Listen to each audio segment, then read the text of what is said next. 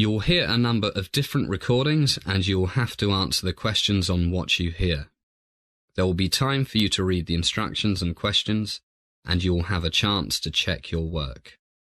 All the recordings will be played once only. The test is in 4 sections. Write all your answers in the question booklet. At the end of the test, you'll be given 10 minutes to transfer all your answers to an answer sheet. Now turn to Section 1. Section 1. Listen to the conversation between a doctor's secretary and Mr. Jones, who wants to make an appointment with the doctor. Now look at questions 1 to 5 on the form.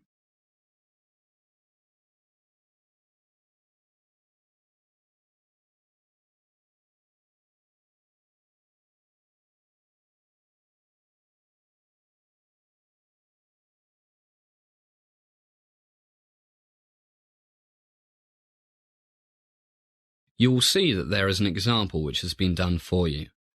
On this occasion only, the conversation relating to this will be played first and repeated. Good morning, Dr. Ritter's office. Can I help you? Hi. Yes, I'd like to make an appointment to come in for a checkup, please. OK. May I have your name, please? Yes, it's Jones, Peter Jones. And you want a medical examination? That's right. Now we shall begin. You should answer the questions as you listen because you will not hear the recording a second time. First, you have another chance to look at questions 1 to 5. Listen carefully and answer questions 1 to 5. Good morning, Dr. Ritter's office. Can I help you? Hi. Yes, I'd like to make an appointment to come in for a checkup, please. OK. May I have your name, please? Yes, it's Jones, Peter Jones. And you want a medical examination? That's right. By the way, my name's Rebecca. I'm Dr. Ritter's secretary. Have you seen Dr. Ritter before, Mr. Jones? Actually, no, Rebecca. We've only just moved to Los Angeles 2 days ago. Great. Welcome to LA, Mr. Jones. Thank you. When would you like to come in? Any time this week would be fine. I don't have to go into office until next Monday. OK, let me see. But first, to see how long you'll need, could you tell me why you need the medical? My insurance company needs it, and my company's, we're in real estate. Medical insurance also wants me to have one. Kind of killing 2 birds with 1 stone. Sure is. Insurance companies want a fairly complete examination, so that means you'll have to come in the morning, and don't eat or drink anything after midnight the night before. No problem. Let me see. Would 9 a.m. Thursday be convenient? 9 a.m. Thursday. No problem. Oh, I forgot. We have a meeting with my children's new headmaster that morning. That's at 11. Look at questions 6 to 10.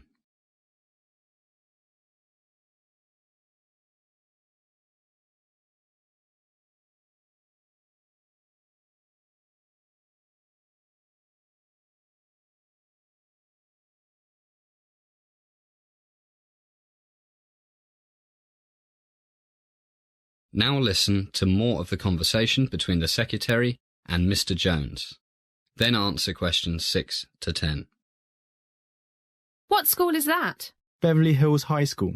Oh, that's no problem. The whole examination will take about an hour, maybe a bit more, and the school is only 2 blocks from here, a 3-minute walk, so you'll have plenty of time. That's good. So 9 a.m. Thursday. You got it. Now, to save time when you get here, I'll ask you a few questions. Fire away. First, what is your personal medical insurance company, Mr. Jones? Blue Cross. Blue Cross. And how old are you? 46 today. Happy birthday. Having a big party?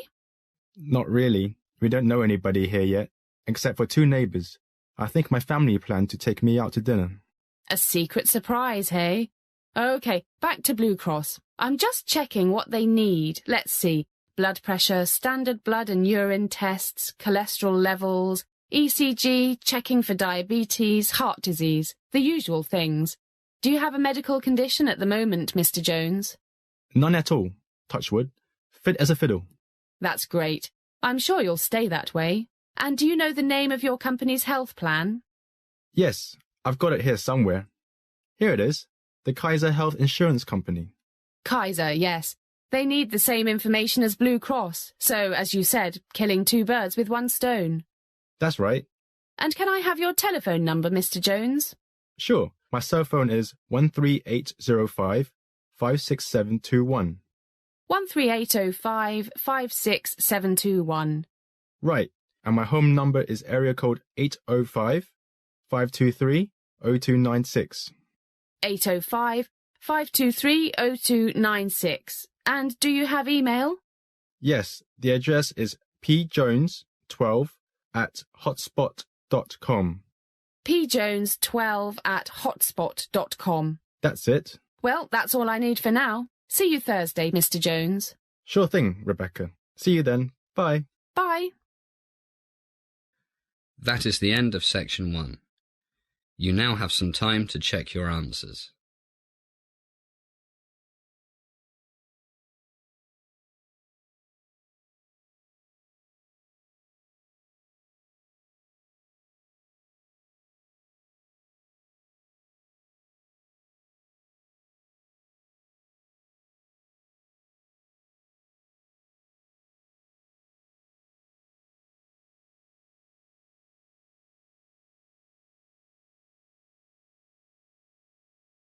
Now turn to section 2.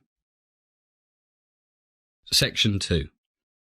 You are going to hear an introduction to a group tour to Australia by a travel company manager. First look at questions 11 to 15.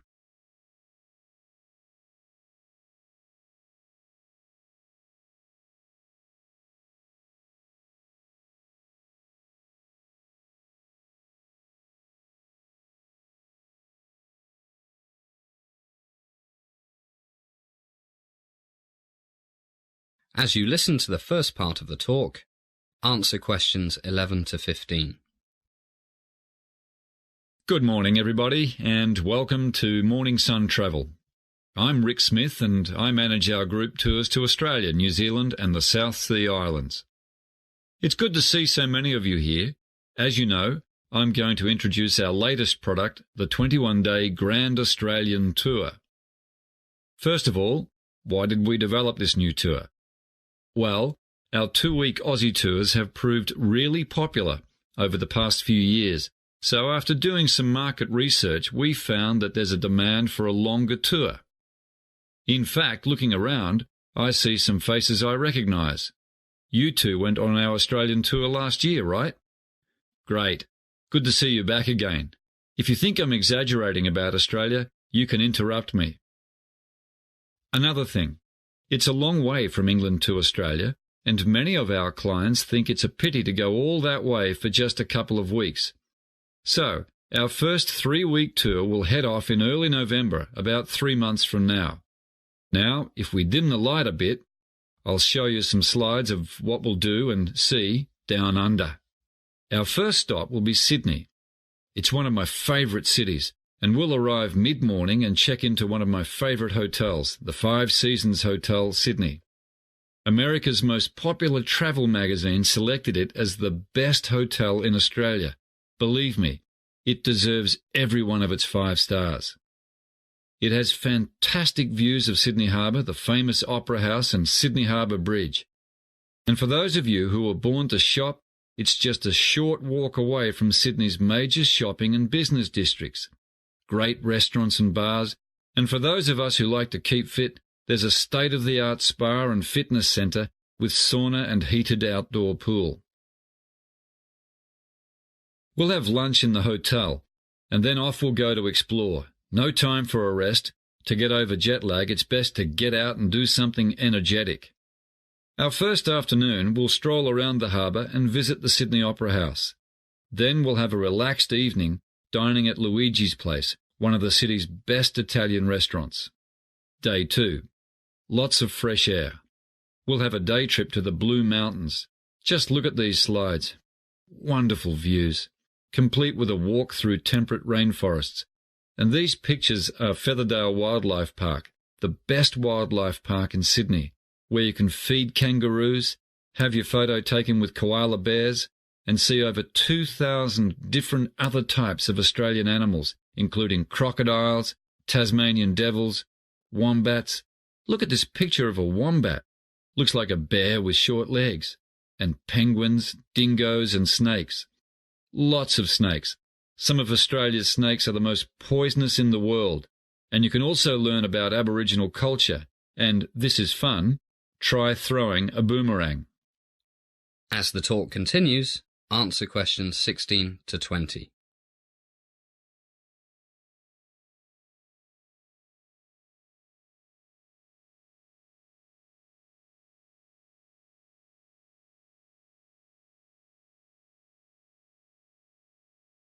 And look at these slides. Australia's Grand Canyon, the Megalong and Jamison Valleys. Incredible! On the way back, we'll get in our bus and stop at the Sydney 2000 Olympic site, where you can see Stadium Australia, the Superdome, the Aquatic Centre, the Olympic Village, and lots more. So, day 2, great day. But that's not all. After that, we'll take a cruise down the Parramatta River, under the Sydney Harbour Bridge, and into Sydney Harbour. Any questions so far? OK, let's see what we'll be doing on day 3. Anyone flown in a seaplane? Just a few of you. Well, a visit to Sydney would not be complete without viewing the world-famous Bondi Beach from 500 feet in the air, and this is a picture of Bondi Beach. We take off from Rose Bay, which is not far from our hotel. This should be a slide of Rose Bay. Yes, it is. You can see the seaplane taking off. Then we fly down the coast to Bondi Beach. Look at that surf. Returning back up the coast, we fly over Manly and Longreef before returning to the harbour, climbing to a height of 1,000 feet for a vista of Sydney Harbour, which will take your breath away. Look at this slide. And this one. Wow! And then back to Rose Bay. Then it'll be time for lunch in Chinatown. That's a great thing about Australia. It's a country of immigrants, so in the cities you can get just about any food you like, Greek, Chinese, Mexican, you name it, and perhaps you'd like to try kangaroo meat, very low fat. And after a big lunch, we'll go to walk it off in Luna Park. I can't begin to tell you how much there is to see and do here. We'll just run through a few slides. Picture's worth 1,000 words, as they say, to give you an idea. Hey, I see the coffee's here. It's a bit early, not to worry. Let's all grab a cup now, and then we'll move on to Melbourne, then the Great Barrier Reef, and all the other great places on the itinerary. That is the end of section 2. You now have some time to check your answers.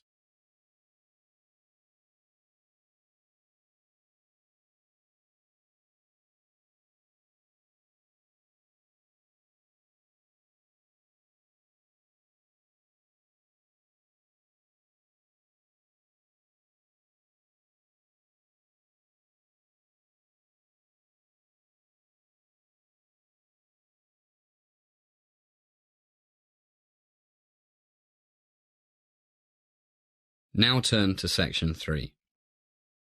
Section 3. Listen to the conversation between Bill and Anne, 2 students who are discussing the talks they have to present to their social psychology class. First, listen to the first part of the conversation and answer questions 21 to 25. You now have some time to read questions 21 to 25.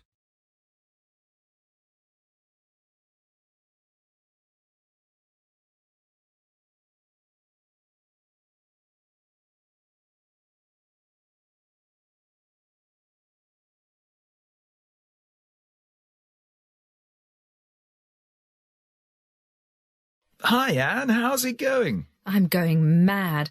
I haven't even started preparing my talk for tomorrow's political science class. Me neither. I've been so busy looking after my mum. She's still ill. Yeah. The doctor says I should get someone to do all her cooking and cleaning for another week or so, but we can't afford to employ someone to help her. The neighbours are all too busy. It's not that I'm too busy with my other classes. That's really tough. I've got no excuses for not being prepared.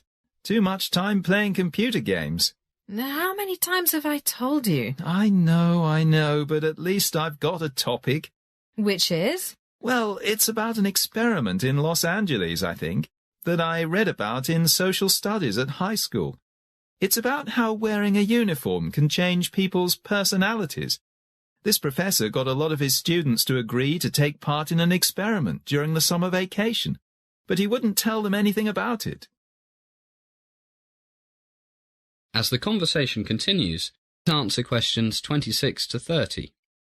You now have some time to read questions 26 to 30.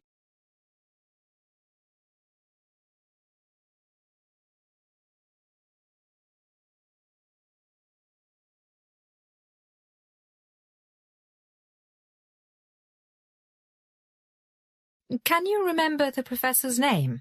No, but I think he was from the University of California at Los Angeles. Well, at least you've got the most important thing, a topic. I haven't even got that. So, what happened in this experiment? Well, the prof got the local police to cooperate. One night, they went to about 20 students and arrested them. Poor guys didn't have a clue what for. And they didn't know it was the experiment they had volunteered for? They had no idea. And it had been weeks since they volunteered for the experiment. Anyway, the cops took them to a school building that had been made to look like the inside of a prison or a police station. Can't remember. It's not important. And what happened then? Did they get charged or something? Don't know. They must have been told something, but that's not the main thing. Which was? Well, what they didn't know was that about 8 other students were waiting at the police station, or whatever it was, dressed up as prison guards. Hey, now I think I read about that ages ago. The experiment took place in the early 70s, and the students dressed as prison guards were told to act like prison guards. I've just thought of something. Did the arrested students know the other students? I don't know. I wouldn't have thought so. No, different schools, because otherwise the ones who thought they'd been arrested might have realised it was the experiment they had signed up for. Guess you're right. But then what happened? Remember? Yeah, the guards really got into it and started treating the other guys like they see on the movies, making them do press-ups, cutting their hair really short, not letting them sleep. A real power trip. The poor guys were terrified. Yeah. The experiment was supposed to last for a week, but things got out of control, remember? The guys who thought they were prisoners, not guards, started having nervous breakdowns. Hey, look at the time. I gotta go. At least you've got something to talk about. How role-playing can get real, especially when we put uniforms on. Yeah, and the students were normal, nice guys. Who didn't waste time with computer games. That is the end of section 3. You now have half a minute to check your answers.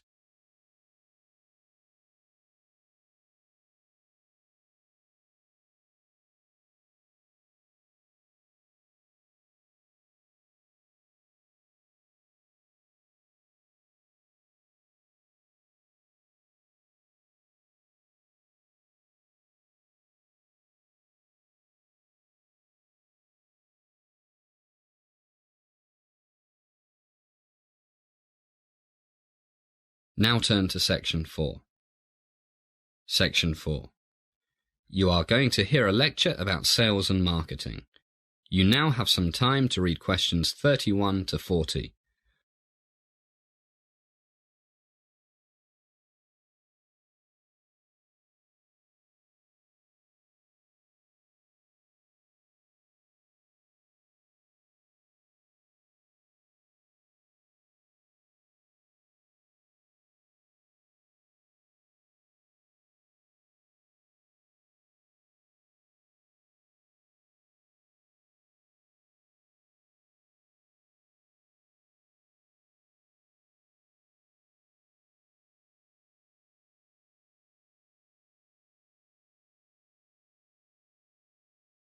Good evening, and welcome to the second class of our Sales and Marketing course. Tonight, and in the next few weeks, I'll be talking about advertising. To be specific, about different types of advertising, different types of message, all of which, of course, are supposed to make your company, or your organization, the government perhaps, more successful. Now, please note that I'm not, at this stage, going to talk about advertising media. There are various choices here: radio, newspapers, television, billboards, magazines, and, of course, the Internet. It's almost impossible to go into Google or Yahoo or whatever and not find adverts on almost every page. But we'll talk about the various choices of media later.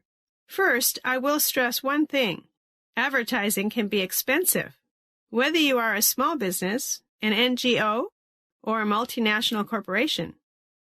So it's very important that what you spend on advertising is money well spent, money that achieves your objectives, whatever they might be. The ads must be cost-effective.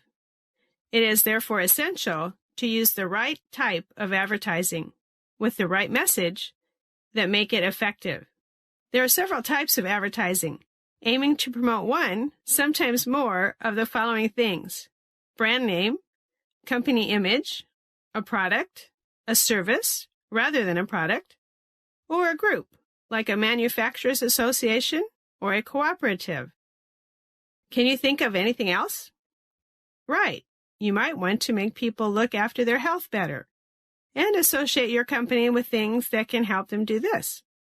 But the common aim is that the advertiser wants to change or reinforce people's attitudes and perceptions, and in most cases, their behavior, maybe their buying habits. Which type you choose depends on your objectives. All clear so far? Good. Okay, let's look at a very common type, advertising designed to promote a brand name. If you go out to buy many types of product, toothpaste, detergent, cheese, how many of you think of the name of the company that made it? Right, you don't usually think of Procter & Gamble when you buy the company's Tide laundry detergent, or Cascade dishwashing powder, or the Kraft Company when you buy Philadelphia cream cheese. That's right. Philadelphia cream cheese is a registered brand name. In fact, the name of the company, Kraft, is hardly noticeable on the package. The point is that these companies have successfully promoted the name of various products, and consumers buy these products primarily because they recognize the brand name and may not even know the name of the company that makes it. So, advertising to promote a brand name is designed to create and keep strong image in the customer's mind of the product, not the company. For example, would you buy Shell? You know, the big oil company. Would you buy Shell beer? It's a famous company, but probably not. Imagine. But what if Shell had bought a brewery and marketed a beer they called Granddad's Old Ale?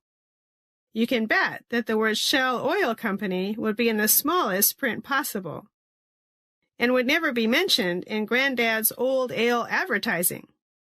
But when you buy a can of Shell oil or some gasoline, the word Shell is big and everywhere. So, there's nothing better than a good brand name. Now, let's look at another type of advertising. Advertising that is designed to promote a company image. Imagine you've started a new company. You might want to start by getting the company name known first, before you worry about advertising your products and services.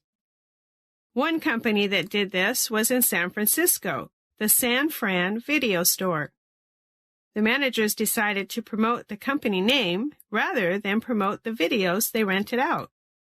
They put small ads in local newspapers that simply said, San Fran Video Store, a great selection of movies.